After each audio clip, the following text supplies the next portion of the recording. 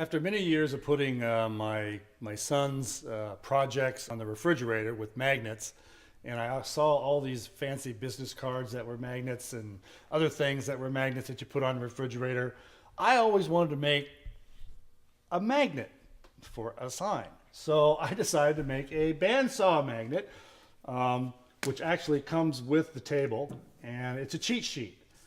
And so what this is two things.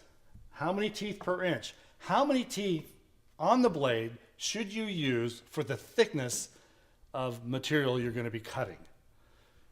I can say 9 times out of 9, most people put too many teeth or use too many teeth on their bandsaw because they think it's going to get a finer cut.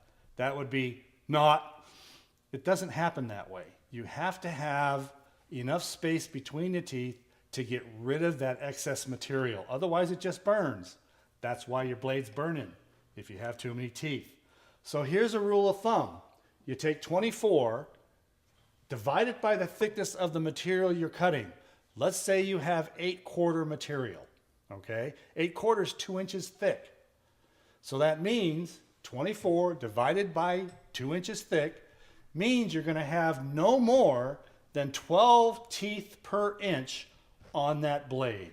If you have more than that, you might get a little finer cut, but you may have to cut a little slower because you have to let the debris get out of the way so it doesn't burn. If you try to force it, it'll burn.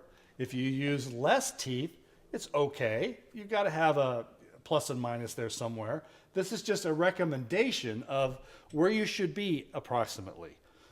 If I have a chunk of wood that's 24 inches tall, I have a bandsaw that will cut that, I don't need but 1 tooth per inch on that 24-inch thick piece of wood.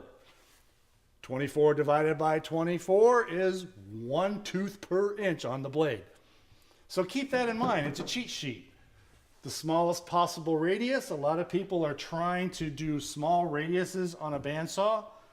Well, I like to use 3/8, and this particular blade that I like to use only has 4 teeth per inch. Sometimes I use 6, but it does the job I need to do for a variety of different thicknesses.